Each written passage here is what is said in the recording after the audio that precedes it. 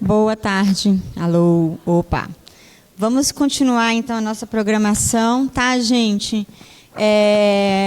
Eu vou acatar uma sugestão excelente que me deram para a gente não avançar muito no horário de encerramento e não precisar sacrificar nenhuma parte dessa programação que é tão maravilhosa e tem tanta gente interessada nas mais diversas partes dela. A gente vai fazer agora assim vamos maratonar o IBGE e a gente vai deixar as perguntas para o fim, tá bom? Porque a gente sabe que as perguntas são uma parte super interessante, mas elas acabam tomando muito tempo entre uma apresentação e outra. Então, a gente vai agora maratonar até o fim e depois a gente pega as perguntas, vocês anotem, se preparem para, no fim, fazer as perguntas, tá bem? Eu vou passar a palavra, então, para o Cláudio Senner, que é o diretor de Geociências do IBGE, que vai assumir agora aqui essa sessão das Geociências e assuntos afins. Obrigada, Cláudio. Obrigado, Mariana. Boa tarde a todos. Eu vou buscar mostrar aqui para vocês como que a Geociências ela está relacionada com o censo demográfico, né, e com o trabalho do IBGE como um todo, mas especificamente como o censo demográfico. E como é que essa integração entre as geociências e a estatística ela pode ser benéfica para a sociedade brasileira por gerar novos produtos, né? A gente tem um contexto muito favorável que junto com o México, Brasil e México são os dois únicos países que têm a geografia oficial e a estatística oficial reunidas no mesmo instituto. Isso traz muitas vantagens e acho que proporciona uma integração mais ampla, né, da informação geoespacial, da geografia e da estatística, com benefícios generalizados. Bom, começando a falar de princípios, né, fundamentais, né? Existe um princípio fundamental, um quadro estatístico geoespacial global, que define 5 princípios fundamentais da integração entre informação geoespacial e estatística, que são esses mostrados aqui nessa pirâmide. Esses princípios são aprovados pela ONU, pela Comissão de Estatística da ONU, e ele começa pelo princípio 1, que diz respeito à necessidade de se georreferenciar a informação estatística na unidade menor possível. A unidade menor possível é o endereço ou a coordenada geográfica. Então, esse é o primeiro princípio. O segundo, bom, a gente já referenciou essa informação estatística, então é necessário guardar essa informação estatística num ambiente de banco de dados que garanta o sigilo estatístico e que também permita a agregação dessa informação em diversos recortes geográficos de acordo com o interesse para o uso daquela estatística. O terceiro princípio, ele já diz respeito à necessidade de se manter um conjunto de recortes geográficos, de geografias comuns, né, justamente para fazer a operação estatística, divulgar e analisar essa informação estatística. O quarto princípio diz respeito a garantir a interoperabilidade da informação estatística e geoespacial integrada. E o quinto princípio diz respeito à necessidade de que essa informação seja disponibilizada para o usuário de maneira de fácil uso e fácil acesso para toda a sociedade, para todos os usuários. Então, eu vou mostrar como é que, durante o censo, a gente segue todos estes princípios. Bom, esse é o sumário geral da apresentação. Alguns itens eu vou passar mais rápido, eu vou procurar me ajustar aqui ao tempo que a gente tem. Começando com o primeiro ponto, que é reconhecendo o território. O que é isso? Bom, antes de se pensar uma operação estatística como a do censo, a gente precisa entender o território, né, que a gente tem. É só entendendo e reconhecendo o território que a gente vai saber o que é preciso mapear, a gente vai saber quais as categorias conceituais que são interessantes em termos de território, para a gente retratar a estatística depois e para organizar a própria operação estatística. E o reconhecimento do território também vai interferir na própria confecção do questionário. Qual pergunta que eu preciso ter para retratar esse território? Então, eu tenho que reconhecer o território. Essa é a primeira etapa ao se pensar numa operação como o censo demográfico. O nosso país é gigantesco, né? 8 milhões e meio de quilômetros quadrados, né? Enfim, quase 2,5 vezes o tamanho da Europa Ocidental, então é muito grande. É um país de 26 estados, o Distrito Federal é uma federação com características únicas, porque ela é uma federação trina, né? Os municípios também são entes federados e autônomos, os nossos 5.568 municípios, um Distrito Federal e um Distrito Estadual, Fernando de Noronha. e altamente diversa. O nosso maior município, Altamira, tem lá seus 159 mil quilômetros quadrados, quase 160 mil quilômetros quadrados, é maior do que Portugal, Holanda e Bélgica somado, ou que Rio de Janeiro, Espírito Santo, Alagoas e Sergipe somados. Então, é um município da federação que de proporções de vários países. E temos também Santa Cruz de Minas, que é o menor deles, com 3 quilômetros quadrados, que é um bairro não muito grande, né? Então, é muito diversificada essa federação e o censo tem que dar conta dessa diversidade territorial. O território tem um conteúdo, o território é ocupado por uma população e isso também é muito diverso. Nosso município mais populoso, São Paulo, tem lá seus 12 milhões de habitantes, são dados, tá? Não são dados de agora, tá? São dados das últimas estimativas disponíveis antes do censo. E a região metropolitana chega a 21 milhões de habitantes. Então, é uma massa urbana gigantesca, esse conjunto infinito de prédios. E no censo a gente tem que ir em cada janelinha dessa, né, que é um negócio que dá uma angústia na alma. Você tem que ir tudo quanto é prédios desse, não pode esquecer nenhum, né, mas a gente vai lá, em todos eles. O município menos populoso tem menos de 1.000 habitantes, Serra da Saudade, Minas Gerais, 700 habitantes. Então, de 12 milhões para 700 habitantes, todos eles. Esses dois municípios são entes federados com o mesmo nível, com as mesmas responsabilidades. Essa é a federação, né, brasileira. A gente tem uma diversidade de ocupação. Temos, por exemplo, população ribeirinha no Amazonas. Por que a gente tem que saber isso? Olha, se for pensar a logística da operação, se eu não pensar que tem população ribeirinha, que eu vou ter que alugar barco, eu vou ter que alugar lancha, eu não faço a operação. Então, eu tenho que reconhecer o território. E depois também eu tenho que pensar no que eu vou divulgar de estatística. Então, saber que tem população ribeirinha e pensar numa estatística para essa população pode ser interessante. Eu tenho a população em favelas. Essa aqui é a favela da Rocinha, no Rio de Janeiro, então é uma área altamente densa de ocupação, né? Então, como é que eu organizo a operação numa área como essa? E como é que eu faço depois a divulgação dos dados para as favelas, que é um tipo de geografia tão importante para a gente ter informação. Uma cidade média, regular, né, com áreas de verticalizadas, menos verticalizadas.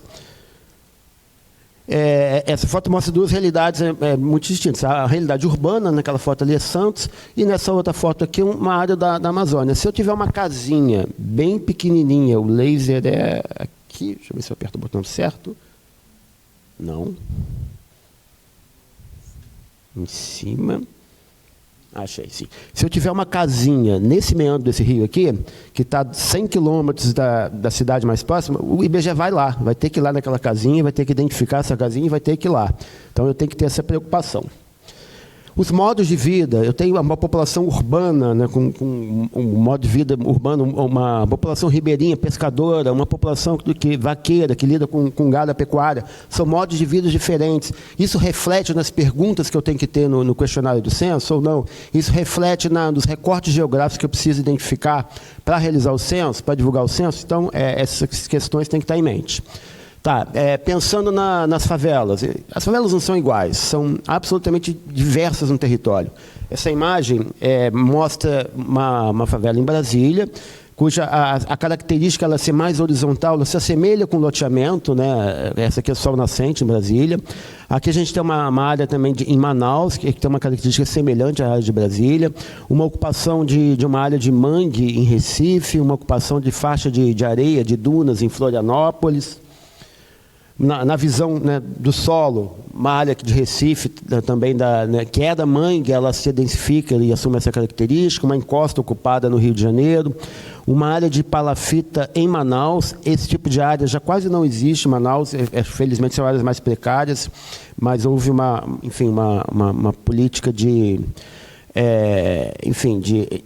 melhorar a condição de vida dessa população, né? Uma grota em Maceió, que ela é para baixo nessas ocupações em Maceió. Essa foto mostra o contraste da sociedade brasileira. Esse aqui é São Paulo, do lado de cá é Morumbi, um bairro de alto padrão em São Paulo, um prédio de alto padrão, e do lado de cá desse muro é Paraisópolis, a favela de Paraisópolis em São Paulo. Então essas realidades convivem lado a lado. Então, na hora de eu pensar uma estatística, se eu misturar essas realidades, que número que eu vou obter? Então, é importante eu separar essas realidades para fins de produção de estatística e para fins de organizar a operação do censo demográfico.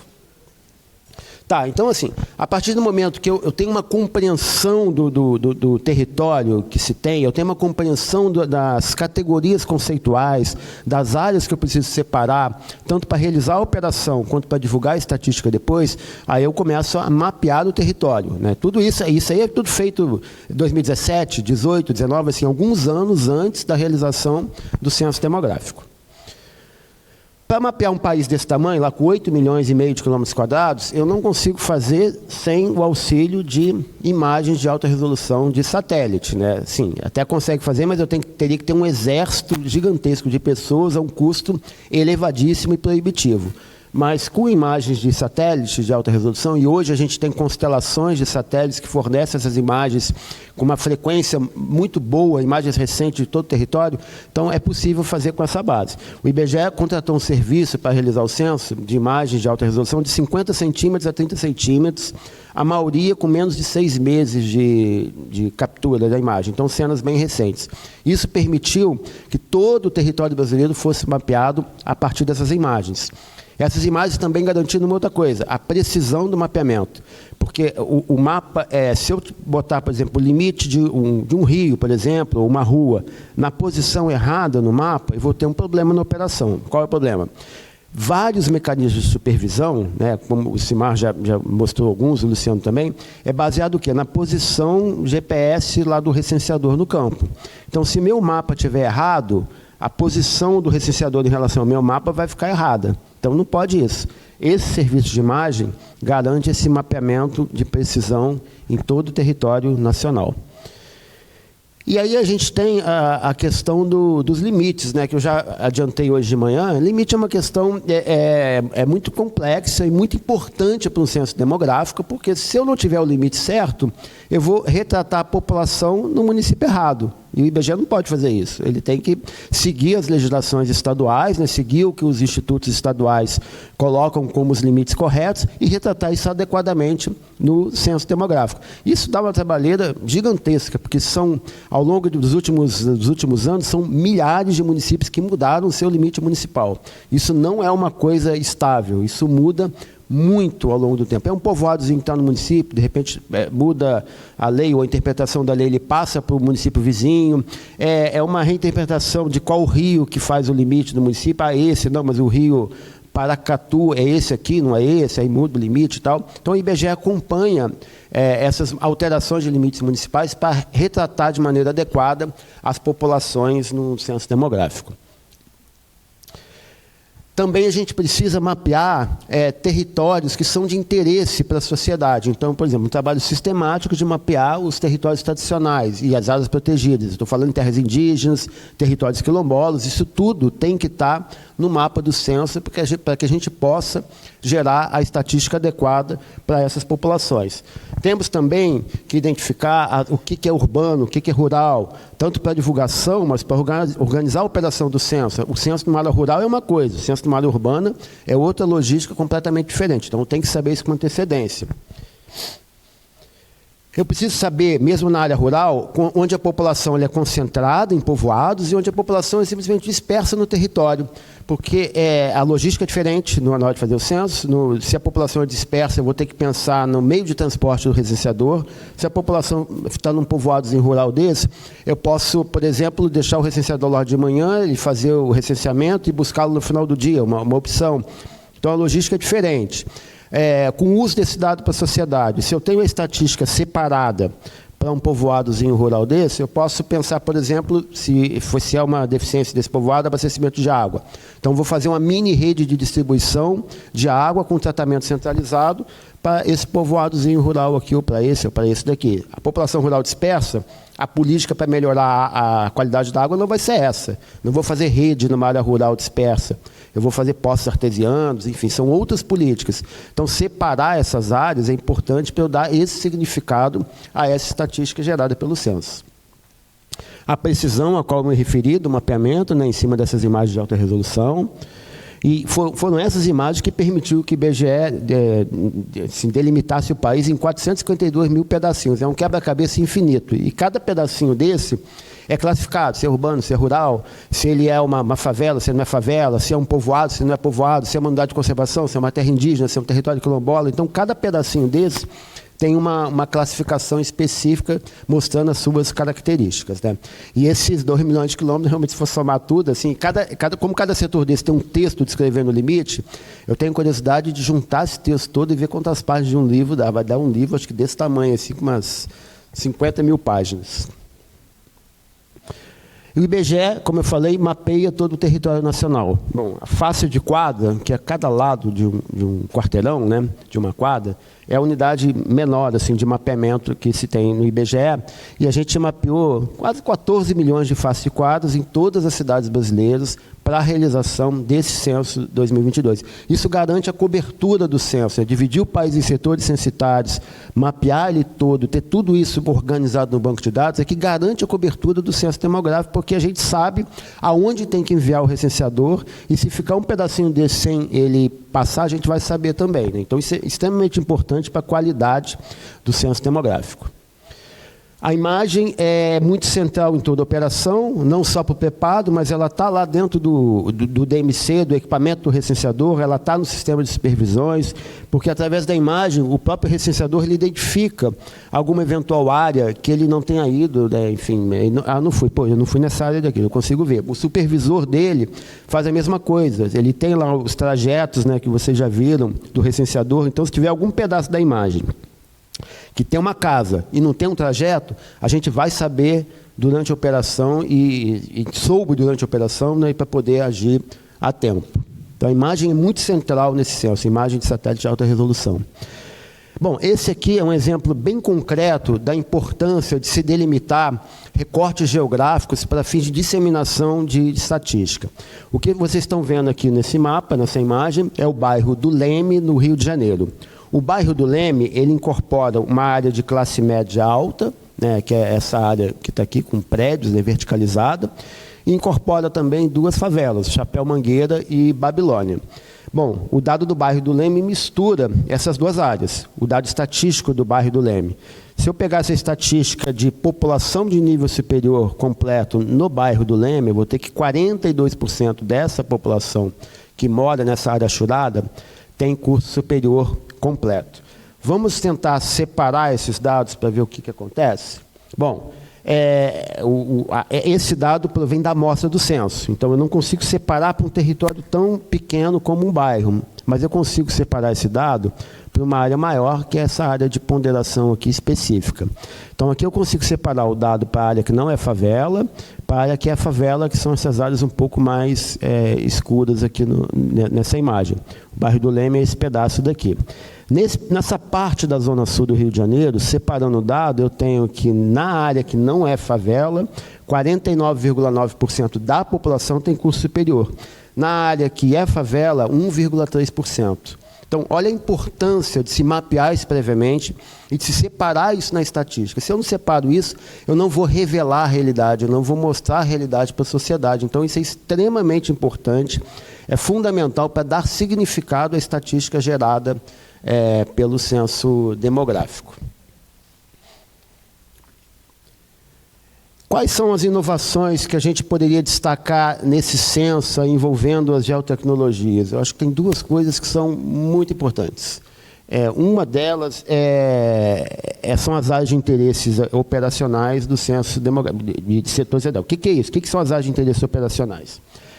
O IBGE ele delimitou previamente, antes do censo, através de pesquisas com as lideranças indígenas e quilombolas, áreas onde haveria possibilidade de ter população indígena e quilombola. Eu não estou falando dos territórios delimitados, os territórios indígenas e quilombolas. Esses já são oficiais, já são delimitados, a gente já tinha eles mapeados.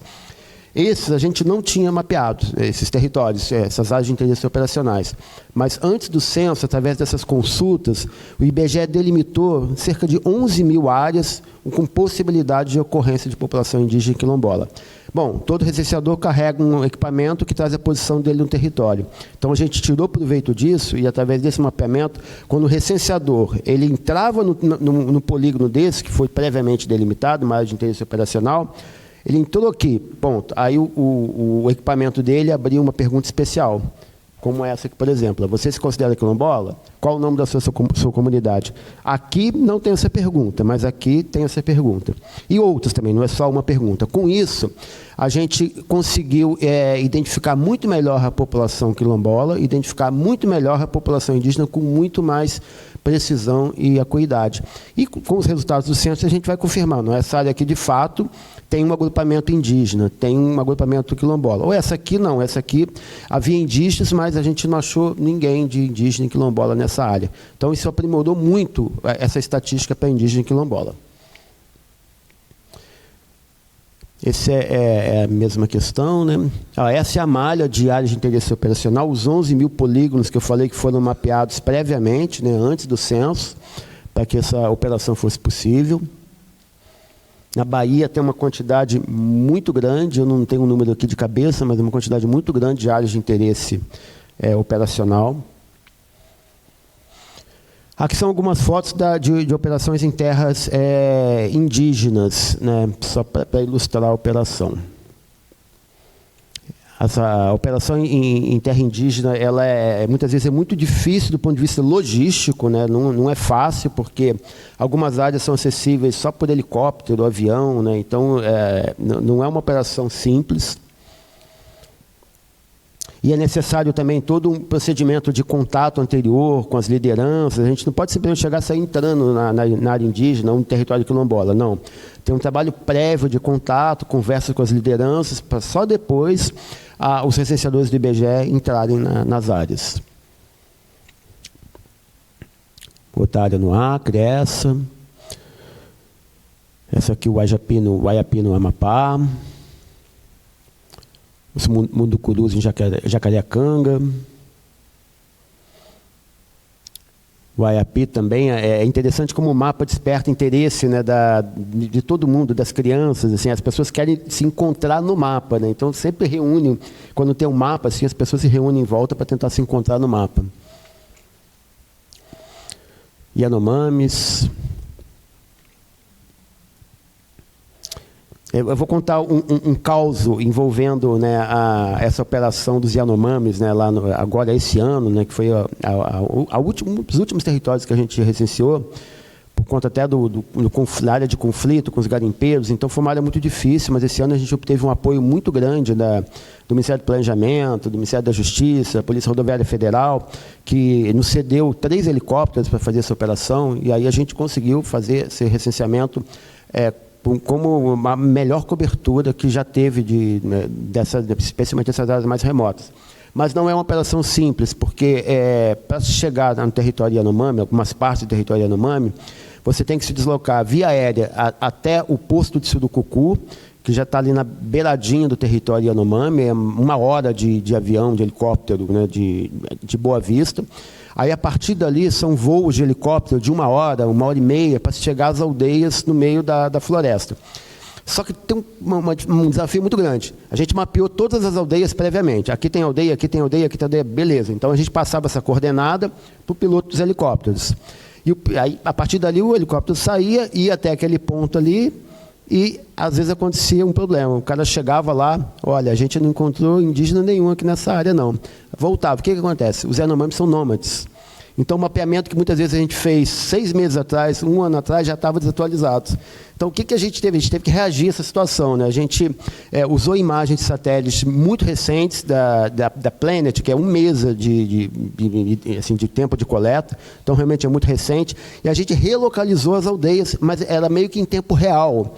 Porque se o helicóptero voltava, quando ele pousa, ele não pode desligar a asa móvel dele e depois ligar de novo. Não funciona assim. Depois, se ele desligar, vai ter que ficar umas 3, 4 horas parado. Então, a gente tinha que ser na hora. Então, a equipe, na hora, olhava lá a nova localização da aldeia, pegava a coordenada e passava para o piloto do helicóptero a nova coordenada, para ele aí sim sair de novo com os recenseadores para encontrar a aldeia, e na maioria das vezes dava certo, né? E quando o recenseador era deixado lá na aldeia, né, ficava às vezes lá 1 semana, 15 dias naquela aldeia para fazer o recenseamento, ele tinha um comunicador via satélite, e aí se precisasse de alguma coisa, tal, mas aí, no tempo combinado o helicóptero voltava, pegava o recenseador e levava de volta. E tudo isso levando mantimento, tal. É uma operação logística extremamente complexa, não é nada simples essa operação com os Yanomamis e outras também, né?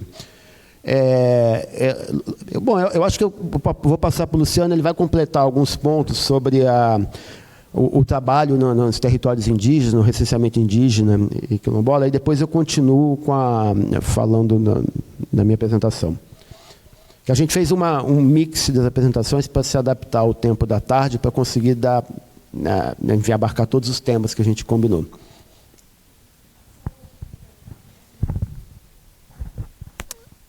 Eu não vou fazer uma apresentação, porque a gente está com um tempo bem curto, mas eu vou mencionar algumas questões aqui, aí o Cláudio vai me complementando. Especificamente sobre o projeto de povos e comunidades tradicionais, né? Primeiro, dizer que, com certeza, esse é um trabalho, né, um projeto que é um exemplo da união entre a geografia e estatística no IBGE. Né? A gente começou a trabalhar desde lá da realização do censo, em 2010, né, com a cartografia censitária, especificamente para as comunidades indígenas, que a gente já faz uma cobertura específica e temática desde 91, a inovação para esse censo, em termos de cobertura, né, e abrangência de povos e comunidades, está na comunidade quilombola, né? Então, o IBGE avançou muito, e isso fruto também, né, eu já mencionei, de parceria com outros órgãos na cartografia e identificação das populações quilombolas, né? Então, mencionar essa iniciativa e a ajuda, né, de órgãos que ajudaram muito o IBGE na preparação do projeto, que resultou na possibilidade de a gente estar produzindo resultados específicos para essas populações, tá? Então, a gente operou ao longo da década o conceito de setor censitário especificamente para a população indígena e acrescentou... Tá dando interferência? Vou tentar me esticar, que o fio do computador está esticado também. Tá.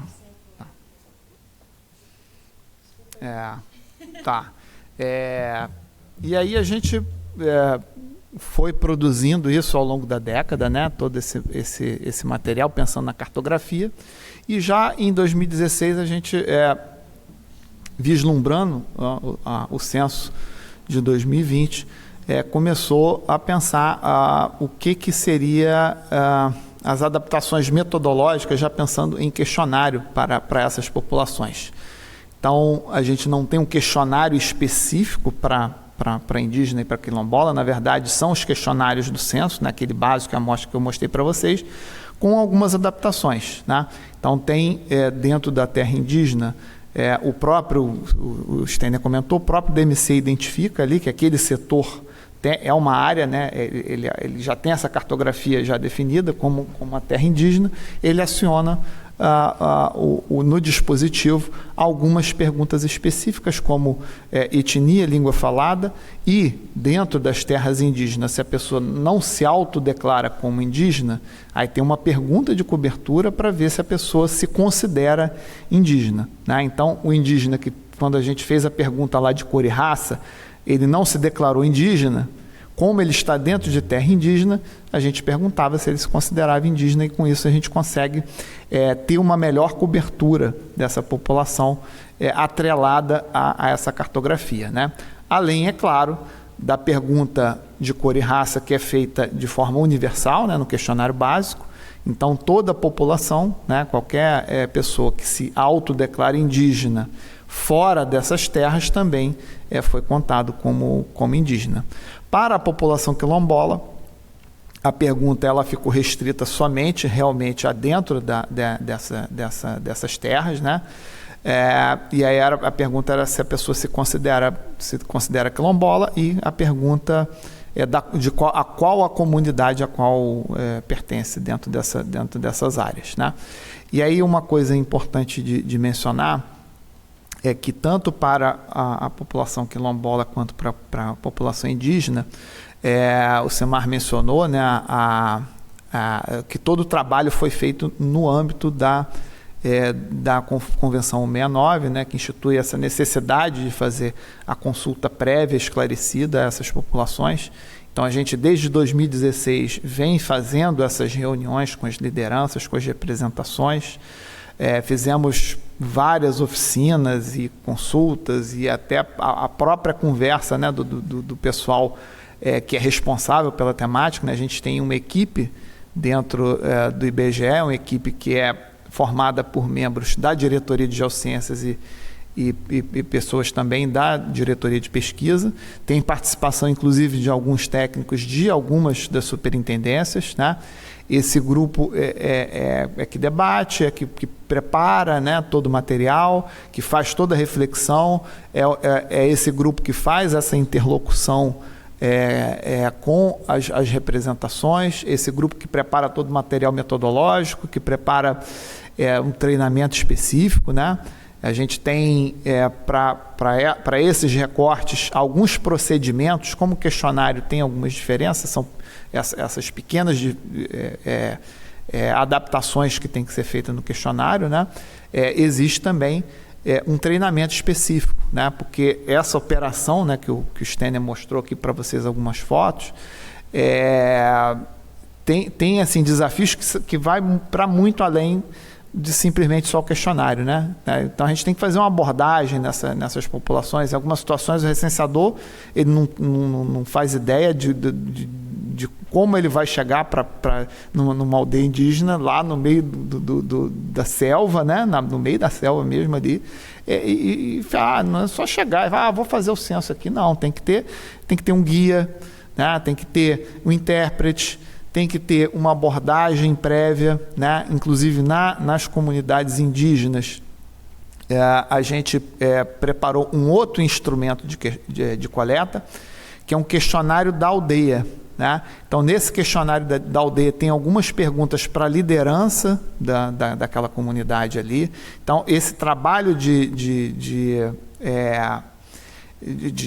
sondagem, né? de convencimento ali é um trabalho muito importante principalmente nas comunidades indígenas, em que a gente tem essa diversidade cultural e de língua, né, muito grande, né? Então é uma operação que contou aí com um trabalho muito, muito pesado, né, de equipes, né? E contou também com o apoio da FUNAI, da CESAI, no caso no quilombola da CONAC, de várias representações dessas comunidades. Então, ao mesmo tempo que a gente dialogava, né, com essas representações, a gente também buscava parcerias para conseguir chegar de forma adequada, né, de forma a fazer um convencimento por meio do diálogo, né? Então, tudo que foi pensado, né, em termos de cartografia, em termos de questionário, em termos de abordagem, treinamento, conceito e até mesmo as divulgações que vão ser produzidas especificamente para esses recortes, tudo passou por esse processo de consulta, de diálogo com essas populações, tá? Com as representações dessas populações.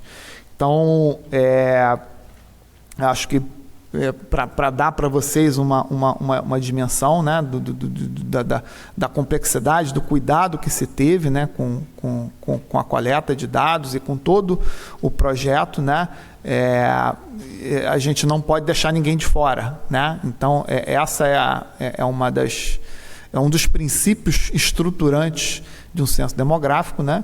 É que dentro desse conceito que a gente aplica de população domiciliada, nenhum domicílio e nenhuma pessoa pode ficar de fora, né? Então, todas as adaptações foram feitas, né, de forma democrática, de forma muito cuidadosa, né, com todo zelo, para que a gente conseguisse cobrir de forma adequada essas populações. Acho que é isso, Stênio. Se tiver mais algum ponto. Obrigado, Luciano.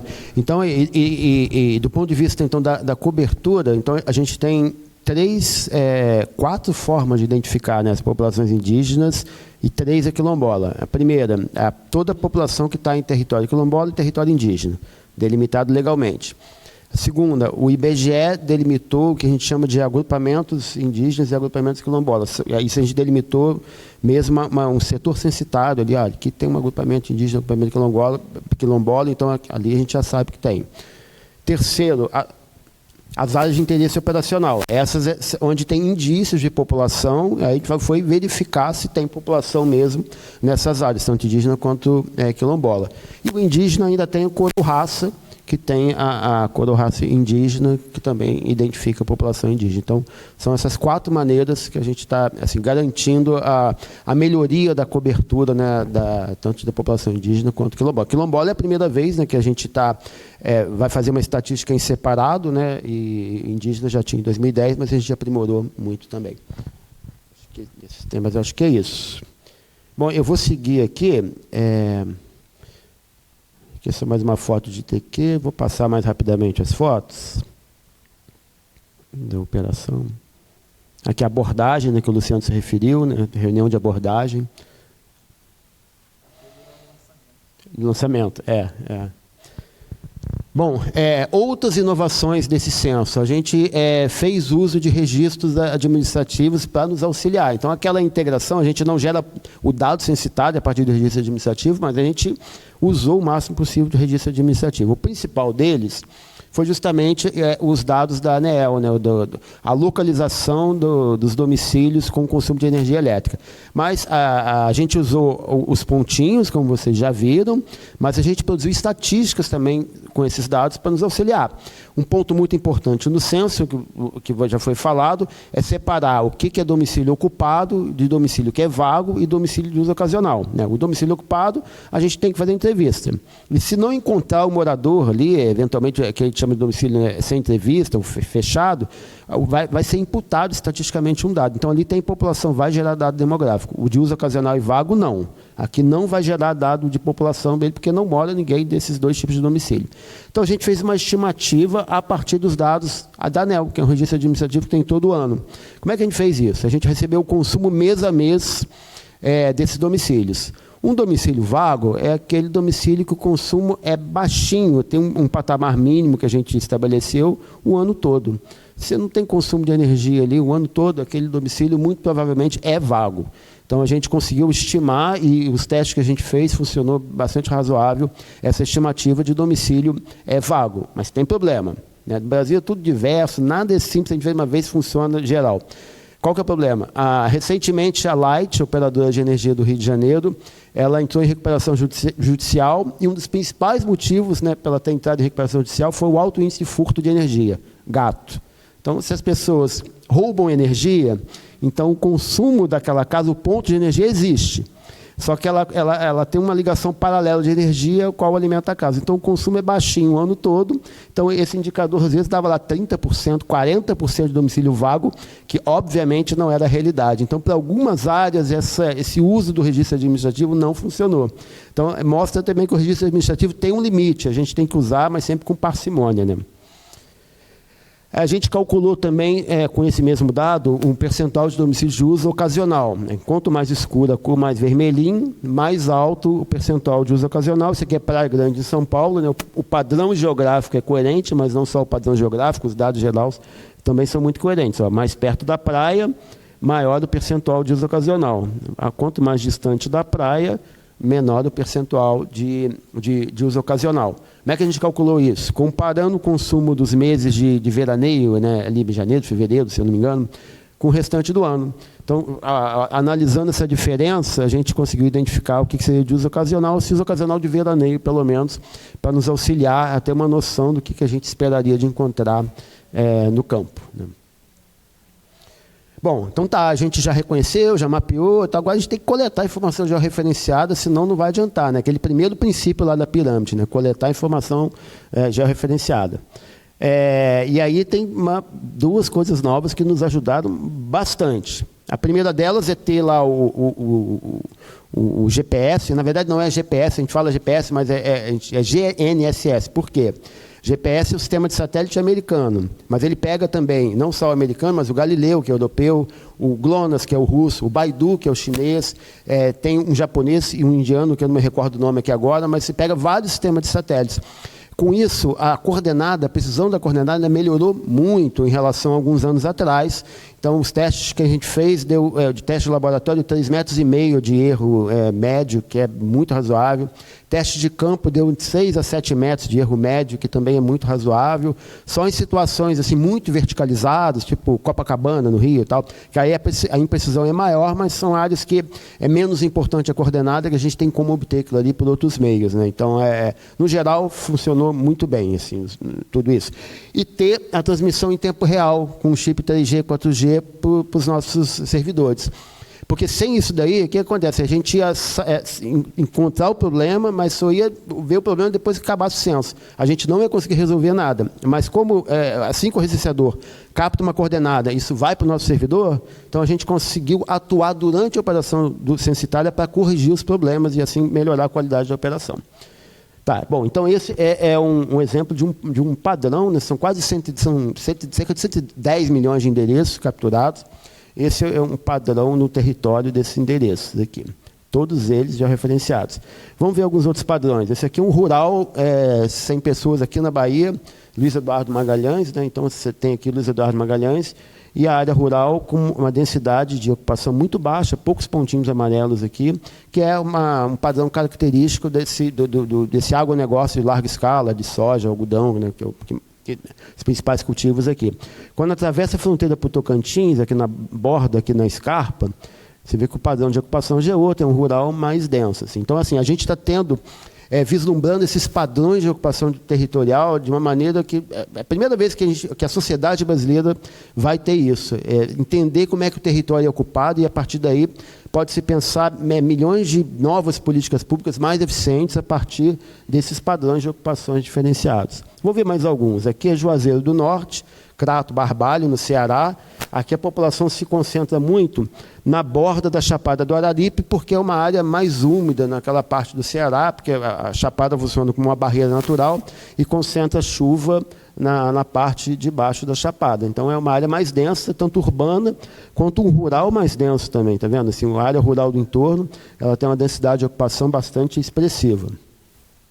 Uma cidade média de crescimento mais recente, Uberlândia, no Triângulo Mineiro, né? Então a cidade se espraia numa área bastante grande. Uma ocupação ribeirinha na foz do rio Tocantins, no Pará, né? Então olha como é que é visível a população ribeirinha aqui, ó, e nos igarapés dentro das ilhas, ao longo de todo o rio.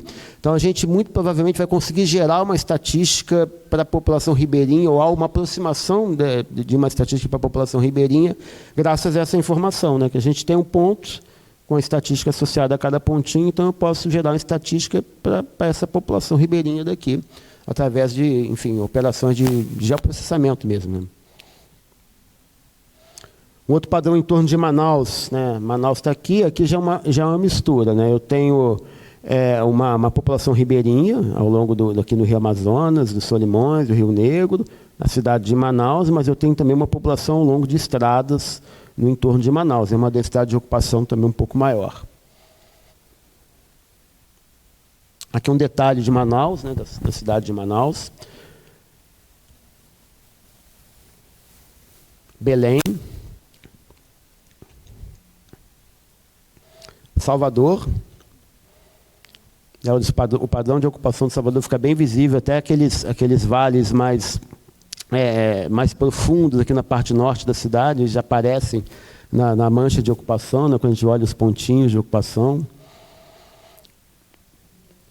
Juazeiro e Petrolina, que é outra área também de crescimento recente, né, que uma população rural aqui ligada à irrigação, né, do agronegócio irrigado, tanto do lado da Bahia quanto do lado da Bahia e de Pernambuco. Né.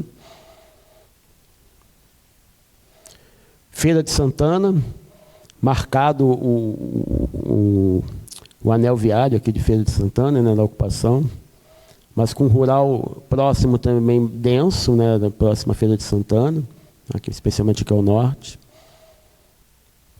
O entorno de Vitória, um rural muito denso. Essa mancha azul é a região metropolitana de Vitória. Vamos dar um zoom aqui só para brincar um pouquinho com as imagens e com os pontinhos do censo. O limite entre Vitória, Cariacica e Vila Velha. Vamos ver essa área. Vamos colocar os pontos da ANEEL. Vamos ver se tem alguma coisa faltando com os nossos dados. Olha, aqui eu consigo ver que tem um pedacinho aqui, ó, azulzinho, que não tem pontinho amarelo, mas isso já foi verificado, não está faltando nada não. Nesse caso aqui está tudo ok, mas esse tipo de visão que as nossas equipes tiveram o tempo todo no censo, de ponta a ponta, da sede até lá no posto de coleta, para verificar se algo está faltando. Então, assim, não tem, é muito difícil ficar faltando alguma coisa no território sem ter sido visitado pelo IBGE, porque é muito visível, a gente enxerga tudo em tempo, a gente enxergou tudo em tempo real. Então, isso nos dá uma tranquilidade muito grande na operação desse censo. São José do Rio Preto, isso aqui eu acho que o Simar já mostrou, né? Os pontinhos da ANEEL, a cobertura batendo direitinho. A questão das escolas, isso remete a uma das possibilidades de uso do censo, né, que é trabalhar com outros dados. Nesse caso de escola, a gente vai identificar via serviço web porções da cidade que eu tenho criança, eu sei onde estão as crianças, né, dentro de cada domicílio, e não tem escola. Ou a gente tem escola demais e não tem criança. Porque a gente tem os dados do INEP também, a gente sabe quantas vagas tem cada escola dessa. Então dá para fazer esse cruzamento e identificar áreas onde precisa de investimento ou está sobrando escola, e assim otimizar os gastos das prefeituras, dos estados de educação. A gente vai fazer isso para a educação, para a unidade de saúde e também para os CRAS, para buscar, oferecer isso via ferramenta web, um aplicativo web, para otimizar os investimentos sociais aí do Estado brasileiro. Exemplo de Quari, no Amazonas. Aqui um outro uso que a gente fez durante a operação censitária, para buscar encontrar, enfim, monitorar a operação. Essa é a visão que os nossos servidores tinham. Isso daqui foi 25 de agosto, eu esqueci de botar a data ali, no meio da operação, então a gente tinha essa visão aqui. Ó. Era muito visível a área que já estava recenseada e a área que ainda precisava ser recenseada. E assim as equipes iam orientando o trabalho e verificando se alguma área ainda precisava ser coberta e recenseada. Exemplo de Teresina, também 25 de agosto. Área recenseada e área não recenseada ainda. E a gente tem informações associadas a cada pontinho, né? Então, aqui está mostrado a espécie do domicílio, que é se ele é ocupado, ou de uso ocasional, ou é vago. Aqui é Rio Branco, no Acre. Então, isso foi em fevereiro desse ano. Então, esses pontinhos amarelos mostram os domicílios classificados como de uso ocasional. Se tivesse alguma coisa esquisita, a gente podia identificar no mapa, ó, essa área aqui não tem uso ocasional, está esquisito isso. Vamos verificar para corrigir. Vago, parece que Rio Branco todo está vago, mas não, é porque o pontinho está maiorzinho e tal. É um padrão normal, você ter uma distribuição de domicílios vagos por todo o município, né? O morador ausente, aqui precisava que o recenseador voltasse a esse domicílio, então isso ajudou a orientar as equipes de campo aonde tinha concentração de morador ausente, né, para organizar a operação. Então aqui tem uma concentração, aqui tem uma concentração, essa área aqui também tem uma concentração maior, né? Então isso ajudou muito a organizar a operação. E a recusa, onde explicitamente o morador disse: eu não vou responder ao IBGE. Onde é que estava? Tem uma concentração maior aqui em Rio Branco, aqui tem um pouquinho também, aqui tem um pouquinho mais aqui.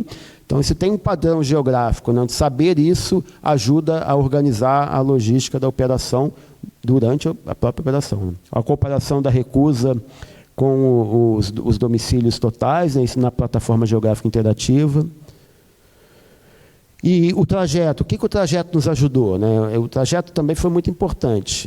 Esse aqui é um exemplo de um setor rural, em Juiz de Fora, um setor urbano, tem muito mais traçados, né? Porque a pessoa passa muito mais vezes para identificar, achar o morador, né? E como é que isso ajudou? Eu vou dar algum exemplo, eu não vou esgotar o assunto, mas isso aqui ilustra como a gente trabalhou com esse dado e fez processamentos automáticos por geoprocessamento para identificar possíveis omissões no território, né? Então, esses pontinhos amarelos são os domicílios classificados no Censo Agropecuário de 2017. Então, 5 anos atrás, assim, algum tempo atrás, mas também não é uma eternidade atrás. Então, a expectativa do que era domicílio em 2017 continua sendo domicílio em 2022, essa é a maior probabilidade. Então, o que a gente fez uma verificação automática? A gente olhou o trajeto do recenseador, que está aqui, né? Então, se o recenseador não passou até 50 metros de um domicílio, ou possível domicílio, a gente classificou isso aí como possível omissão do recenseador e pedia para o cara retornar no campo para ver o que é aquilo, porque ele tinha que passar lá e verificar. Pode até estar fechado o domicílio, mas ele tem que bater lá e ver se está fechado, se está vago, se não tem ninguém ali, mas ele tem que fazer essa verificação. Então, isso nos ajudou muito. Isso é processamento automático por geoprocessamento.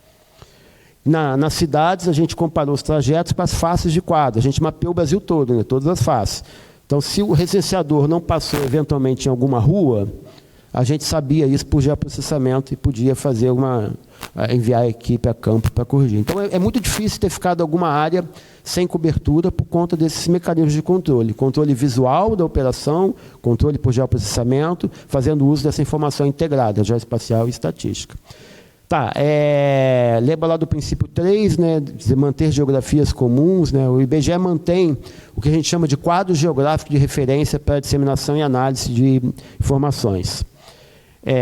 Esse quadro geográfico está disponível de maneira interativa, uma publicação PDF, está lá na página do IBGE, e ele tem um conjunto de recortes geográficos, tanto aqueles legais, quanto os criados pelo IBGE, que a gente usa tanto para organizar a operação censitária, como também para divulgar a operação censitária. Aí vai de estado, município, distrito, subdistrito, bairro, Amazônia Legal, região metropolitana, semiárido, municípios costeiros e por aí vai. Esses são os legais. A IBGE cria mais um tanto de outros recortes geográficos para dar mais significado à estatística produzida, como os aglomerados subnormais, as favelas, né? Os agrupamentos indígenas, áreas de concentração urbana, hierarquia urbana, regiões geográficas e por aí vai. Para cada um desses recortes está disponível uma explicação, né, do significado dele, quando que ele foi criado, quando que ele vai ser atualizado, qual a sua definição, como é que é a geocodificação dele, né, aquele código gigante que é usado, né, para linkar o recorte geográfico com um dado estatístico. Então, a gente explica como é que funciona esse código. E esse quadro geográfico é o que alimenta os sistemas de disseminação estatística do IBGE, e principalmente o CIDA e o BME, que são os dois principais sistemas de disseminação estatística do IBGE. Então, assim, entra no quadro geográfico, do quadro geográfico vai para o CIDA tabula os dados de acordo com esses recortes que estão ali no quadro geográfico. Falando um pouquinho da disseminação de informações estatísticas, aí a gente já está lá no princípio 4 e 5. Né? Então, a gente mantém o quadro geográfico, as geografias comuns, o 4 e 5 manter a interoperabilidade das informações e garantir o fácil uso dessas informações. Como é que a gente faz isso? A gente mantém a plataforma geográfica interativa, que é a mesma plataforma que a gente utilizou para controle do censo, mas ela nasceu para disseminar informação lá em 2013 e vem evoluindo desde então, para mostrar essa informação integrada e com o uso mais fácil possível. Então, nela você pode cruzar todo tipo de informação, né, de maneira bem livre e fácil de usar. Você pode baixar, ver metadado, enfim. Você pode fazer bastante coisa com essas informações ali. O CIDA também oferece uma integração, ele faz cartograma já. A gente está trabalhando para que o CIDA já jogue a informação direto para a plataforma geográfica interativa. Isso aí será no futuro próximo. E eu acho que sempre vale a pena a gente comentar das novas possibilidades de divulgação, né? O que a gente espera desse censo? Algumas pessoas já perguntaram isso aqui. A gente espera coisas desse tipo, isso já existe em ambiente interno, a gente está buscando vencer os desafios para jogar isso no ambiente externo, que é o quê? A gente tem informação estatística por ponto. Se eu tenho informação estatística por ponto, associada a cada pontinho, eu posso gerar ela para qualquer recorte geográfico de interesse do usuário.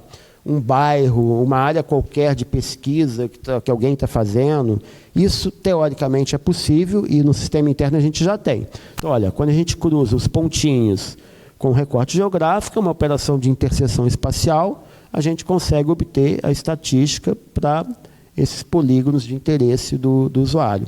Mas tem desafios quando se joga esse para o ambiente externo. O maior deles é o sigilo estatístico. Se eu deixo isso muito livre, é mais ou menos fácil quebrar o sigilo estatístico, porque a pessoa pede um polígono desse tamanho, depois pede um polígono com um domicílio diferente, desloca um pouquinho o polígono. Fazendo subtração de um com o outro, eu tenho o dado daquele domicílio que for de fora. Isso o IBGE não pode permitir. O sigilo estatístico é regra de ouro fundamental. Então, a gente está trabalhando para resolver isso, talvez com um erro aleatório, bota lá mais menos 2% no dado estatístico gerado, para evitar isso, criar um tijolinho básico, agregando 5, 10 domicílios, e aí sim construir os polígonos. Esse é o trabalho que a gente está fazendo agora para buscar disponibilizar isso para o público externo num ambiente web, né, livre, garantindo o sigilo estatístico. A gente já faz algo semelhante com o CEMADEM, o Centro de Monitoramento de Desastres Naturais, quando a gente já gerou, lá em 2010 ainda, a população para áreas de risco, lançou em 2018, mas com os dados do Centro de 2010. A gente vai fazer de novo isso com os dados de 2022, mas de maneira mais apurada, porque a informação agora está melhor georreferenciada. Então, a gente, no princípio 1, capturar a informação georreferenciada. A gente está capturando por coordenada geográfica, então a gente está ok com esse princípio. Princípio 2, manter isso num ambiente que garanta o sigilo estatístico e permita a agregação nos mais diversos recortes. A gente garante sigilo e a gente pode agregar para todos aqueles recortes lá do quadro geográfico que estão aqui, que representa o princípio 3. Né? O quadro geográfico é o princípio 3. O princípio 4 e 5, a gente disponibiliza as informações integradas na plataforma geográfica interativa, no CIDA, com um acesso amplo para toda a sociedade de maneira facilitada. Então, a gente está seguindo todos os princípios do marco global, né, de integração de informação geoespacial e estatística. Eu vou fazer uma rápida fala sobre a pesquisa urbanística do entorno dos domicílios, né, para dar uma explanação rápida sobre o que foi tratado. Bom, essa pesquisa ela é feita por observação, esse é um princípio básico dela. O supervisor do censo, né, ele está passando nas ruas e vai observando as características ali daquela região e anotando no dispositivo móvel de coleta. Ele não pergunta para ninguém. A unidade básica de coleta dessa pesquisa é a face de quadra, o lado do quarteirão.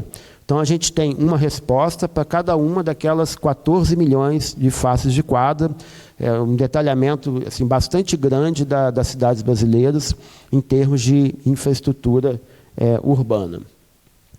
Quais são os temas tratados? A gente pesquisou a capacidade de circulação da via, se é uma via que passa caminhão, não, ela é mais estreita, passa só um carro, não, ela é mais estreita, passa só uma moto ou uma bicicleta, ou mais ainda só a pé. Então, a gente identificou essa capacidade de circulação da via, se ela é pavimentada ou não é pavimentada, né, o tipo de pavimento, se tem bueira, boco de lobo, se tem um sistema de drenagem urbano visível naquela face de quadra da via, se tem iluminação pública naquela face, se tem ponto de ônibus sinalizado, né, então a gente consegue ter uma proxy do transporte público, se tem via sinalizada para bicicletas, se tem lá uma ciclofaixa, uma ciclovia, ou uma via compartilhada para bicicleta, calçada passeio, se essa calçada de passeio ela tem um obstáculo ou um cadeirante pode circular livremente nessa calçada, nesse passeio, se tem rampa para cadeirante,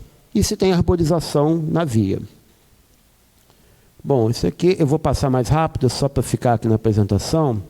Quero mostrar os resultados e forma como a gente pretende divulgar essa informação.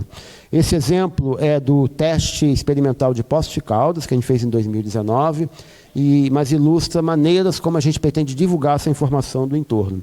Então, o que está mapeado aqui é paradas de ônibus, né? E se a área tem um ponto de ônibus a menos de 500 metros de distância. Então, Poços de Caldas está razoavelmente servida por esse critério. Apenas essas áreas vermelhas aqui não atendem a esse requisito. Se havia, tem sinalização para bicicleta, quase não existe isso em Poços de Caldas. A cidade quase toda está vermelha, não tem. Se tem calçada e passeio, a cidade quase toda tem, com exceção de alguns pontinhos vermelhos aqui, algumas áreas vermelhas. Se tem um obstáculo na calçada, tem passeio, calçada, mas quase todas têm obstáculos. Então, um cadeirante aqui não vai ter uma vida fácil, porque, né, quase toda a cidade tem um obstáculo, à exceção dessa área aqui, que é a área mais central da cidade. E misturando todos esses itens, fazendo um indicador sintético de infraestrutura, a gente tem a área central com melhor qualidade de infraestrutura, algumas outras áreas, e essas áreas mais periféricas com uma infraestrutura pior. Isso são formas que a gente está trabalhando para a divulgação do dado do entorno. Isso aqui eu não vou falar aqui hoje, eu acho que, de maneira geral, é isso que eu gostaria de colocar para vocês, gente. Obrigado.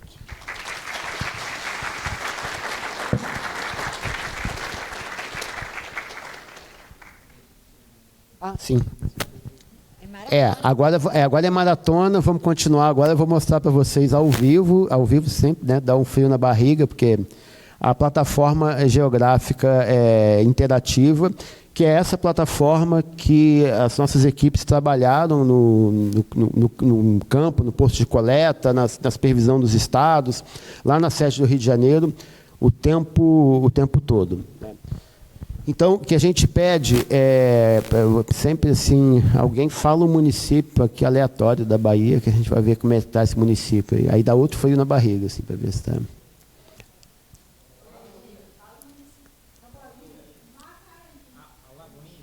Alagoinhas.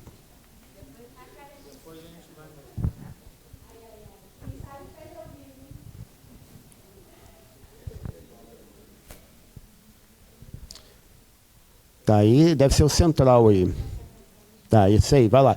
Então, o município está ali, vamos ver então os endereços coletados pelo censo e vamos dar uma olhada.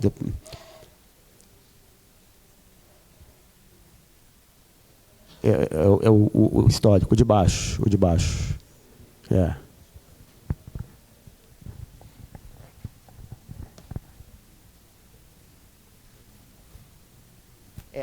Serve para fazer uma avaliação da internet de todos os lugares que a gente vai, né? Se ficar lento, é culpa da internet, né?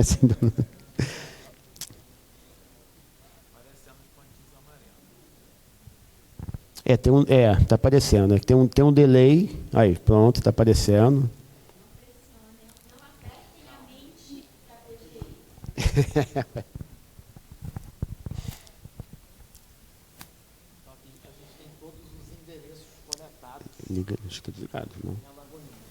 Apresentado aí pelos pontinhos em amarelo. Agora a gente adiciona aqui dá um zoom em alguma porção do município, só para dar uma navegada. Aqui onde é que está o primeiro distrito? Acho que parece ali no centro. Ali, né? Vamos ver como é que está o urbano, comparando com a imagem.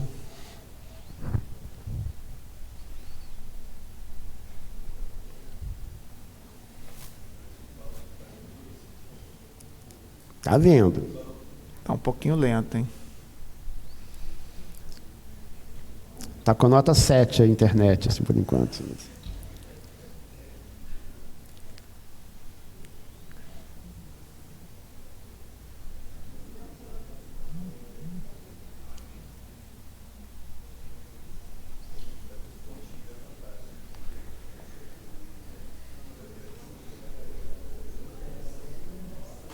A área urbana, olha, pela imagem, aparentemente está coberto, mas a gente vai adicionar, deixa eu acabar de vir ali, os pontos da ANEEL, para a gente ver se tem alguma área que fica vermelho e não tem amarelo por cima, que é o problema. Vamos ver como é que está isso. Agora é a prova real.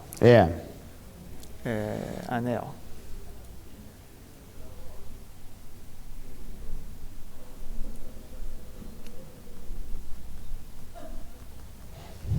Tchan. Joga para baixo. Deixa ele em cima, depois a gente vê. Isso. Que aí a gente vê o que a gente cobriu além da ANEEL aqui.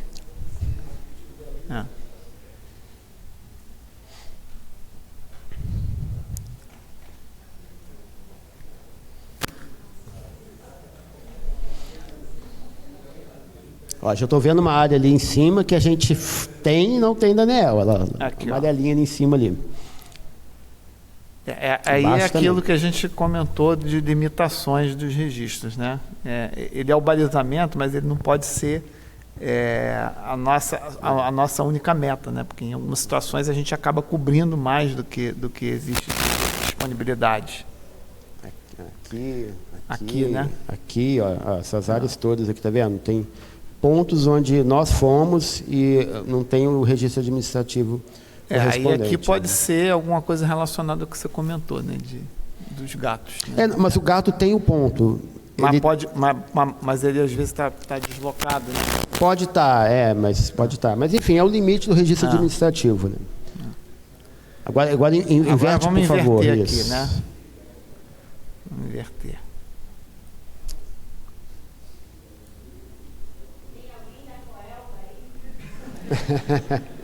E André, que achamos, hein? Ué. Ó, André, aqui, ó. Ó, Abre o olho, hein? ali, ó. Vamos dar um zoom. Tem um pedacinho ali, ó. Já foi verificado? Vamos olhar aqui. Quem é que sugeriu a Lagoinha? Foi o Rui? Então, ó, aqui deve ter uma explicação disso aqui, já deve ter sido verificado, mas assim, foi, porque assim, qual o procedimento que a gente atuava? Assim, as unidades estaduais tinham um procedimento de controle, né, próprio. Na imagem realmente não tem caso nenhum. Aparentemente não tem tá nada vendo? mesmo, né?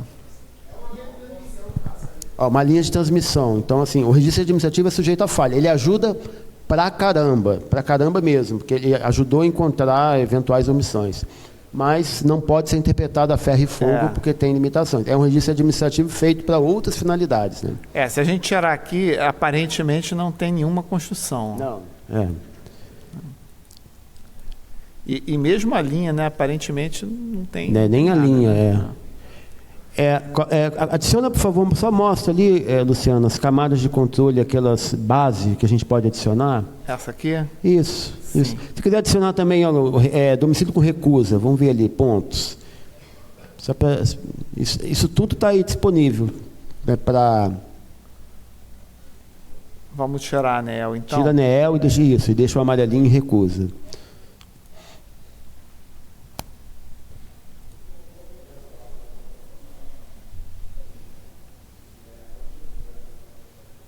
Vamos botar numa escala mais afastada, né? Isso.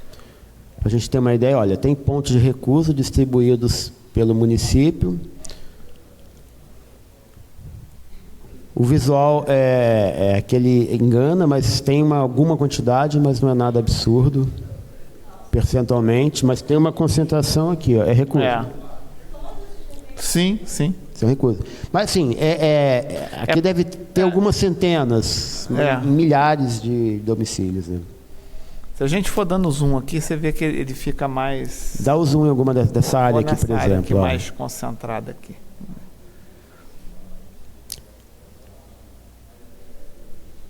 De qualquer forma, ele tem um padrão, né?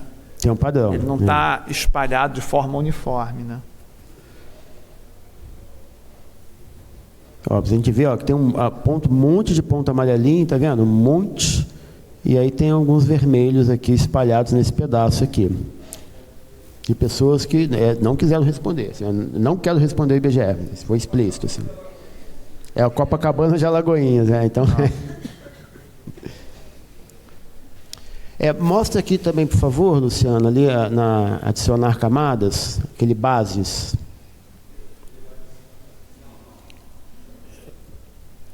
Qual você quer? Não, aqui não apareceu aqui ainda. Você quer mais é isso mesmo. Aqui, então, a gente tem todos esses recortes adicionais para ajudar a entender. Então, por exemplo, se a gente quisesse mostrar um aglomerado subnormal, vamos colocar o aglomerado subnormal para ver se aquele aglomerado subnormal está com a cobertura adequada. A gente acrescenta o aglomerado subnormal. Todos os subnormais. Isso. Posso acrescentar também as terras indígenas. As terras indígenas, território quilombola, e fazendo essa verificação de maneira sistemática, não só pela estatística, mas também pela uma avaliação geográfica da cobertura, né, dessas áreas, né? Então, dessa maneira que a gente trabalhou durante todo esse censo, do posto de coleta à sede no Rio de Janeiro, sendo verificado múltiplas vezes, né, na verdade. Vamos em outro município aqui, pessoal. Qual município? Mará, como é que chama? Macarani.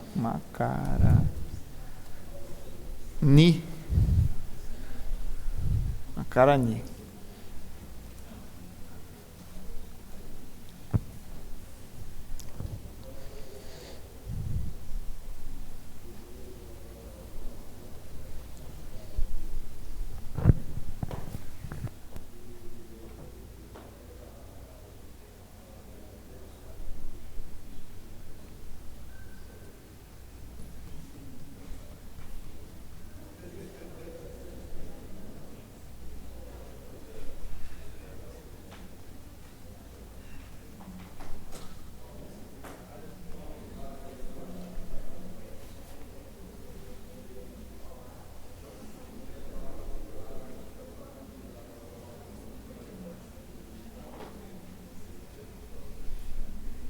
Tá indo, hein?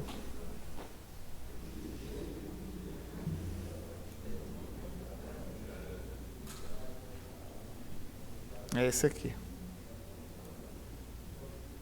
Já está carregado aqui o município.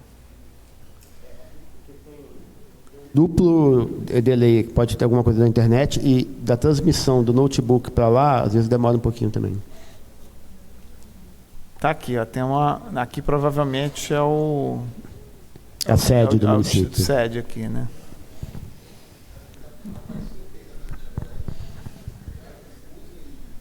Tá aquele mesmo aqui tema. É o coletado e a recusa em vermelho. Vamos botar nel, né?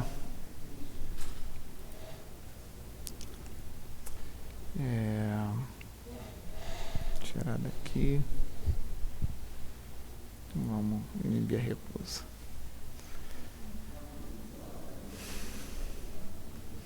Ó, aqui a nel está por baixo, vamos ver.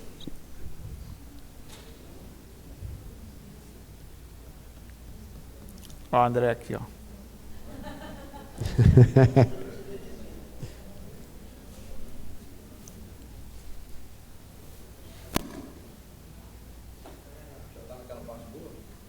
Estão brincando aqui na PGI. Tá boa. Né? Tem um monte de ponto vermelho aqui que não está aparecendo. Não. Tem, qual município que é? Não. A gente não ia brincar de Congo aqui? Cadê o colega da Congo? Não sei se tem.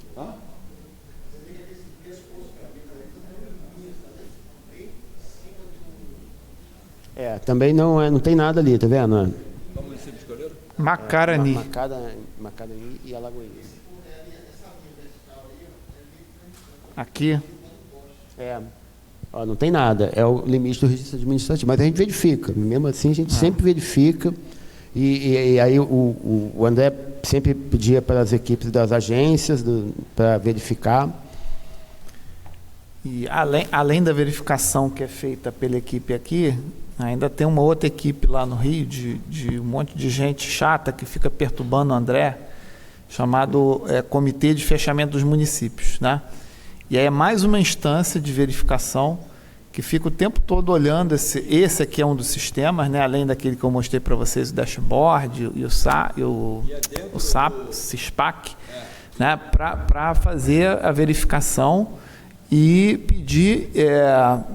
pedir, né, solicitar que se façam verificações extras para justificar. Então, um pedaço desse aqui, por exemplo, aquele de Alagoinha que apareceu aqui, com certeza algum coordenador já recebeu aqui alguma solicitação para poder fazer verificação. Às vezes tem um pontinho lá no meio da área rural que ficou e é suspeita de uma falha de cobertura, acaba vindo aqui para vocês verificarem. Aí tem esse sistema desse comitê, é um sistema que é retroalimentado aqui pelas superintendências, né? E aí o cara tem que chegar lá, tem que colocar uma justificativa. Não, a gente já foi lá, já confirmamos e realmente não tem nenhum domicílio com o morador naquele local. E como é que é feito isso, né? Dá um microfone. Existe um dashboard que a gente criou, isso não estava previsto, isso não estava planejado, a gente colocou isso dentro do dashboard para ficar registrado, porque uma vez eu perguntei como é que era feito o processo de fechamento de um município. Entravam 2 pessoas na sala e a porta fechada decidia que o município estava fechado. Eu falei, não gostei disso, a gente precisa mudar isso. Né? E aí a gente criou esse sistema de fechamento.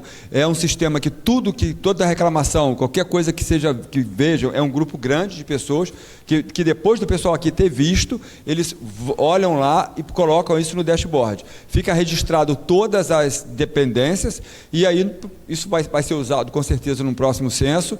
Então, assim, todas as demandas que foram colocadas, elas estão registradas. Isso não foi bilhetinho, não foi por e-mail, não. Isso está registrado no sistema. Então, isso ficou muito bacana.